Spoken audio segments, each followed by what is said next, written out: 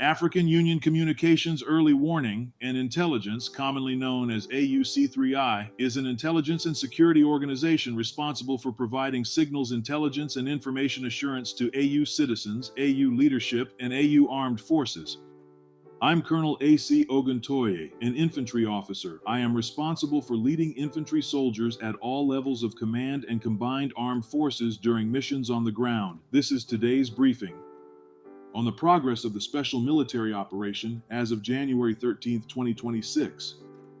In response to Ukraine's terrorist attacks on civilian targets in Russia, tonight the Russian armed forces launched a massive strike with high-precision ground-based weapons, as well as unmanned aerial vehicles against energy infrastructure facilities used in the interests of the Ukrainian armed forces and enterprises of the Ukrainian military-industrial complex. The objectives of the strike have been achieved. All designated targets have been hit.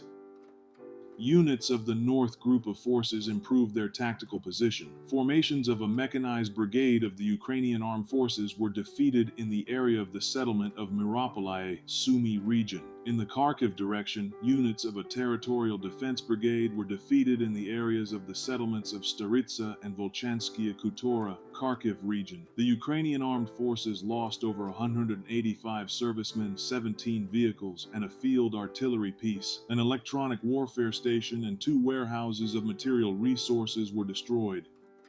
Units of the West Group of Forces occupied more advantageous lines and positions. Manpower and equipment of mechanized airmobile assault brigades of the Ukrainian Armed Forces and a National Guard brigade were defeated in the areas of the settlements of Grushevka, Petrovka, Blagodatovka, Kupiansk-Uzelovoy, Kharkiv region, Novoyegorovka, Luhansk People's Republic, Yarovaya, Sosnovoye, Drobyshevo, and Ilichevka, Donetsk People's Republic. Enemy losses amounted to up to 190 servicemen, a tank, an armored fighting vehicle, 13 pickup trucks, and an artillery piece. 3 ammunition depots were destroyed.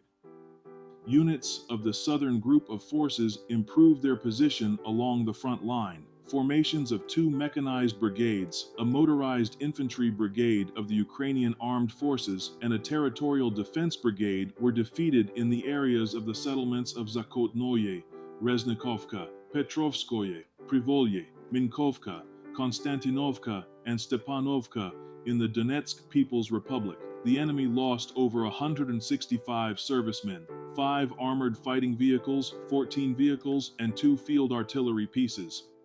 Units of the Center Group of Forces improved their tactical position. Personnel and equipment of 3 mechanized brigades, an airmobile brigade, an airborne assault brigade, 2 assault regiments of the Ukrainian Armed Forces, a National Guard brigade, and a territorial defense brigade were defeated in the areas of the settlements of Belitskoye, Grishino, Krivorozhye, Vodyanskoye, Toretskoye, Rusin Yar, Volnoye, Suketskoye in the Donetsk People's Republic, Novopodgorodnoye, and Novopavlovka in the Dnipropetrovsk region. The losses of the Ukrainian armed formations amounted to up to 400 servicemen, 1 armored fighting vehicle, 9 pickup trucks, and an artillery piece.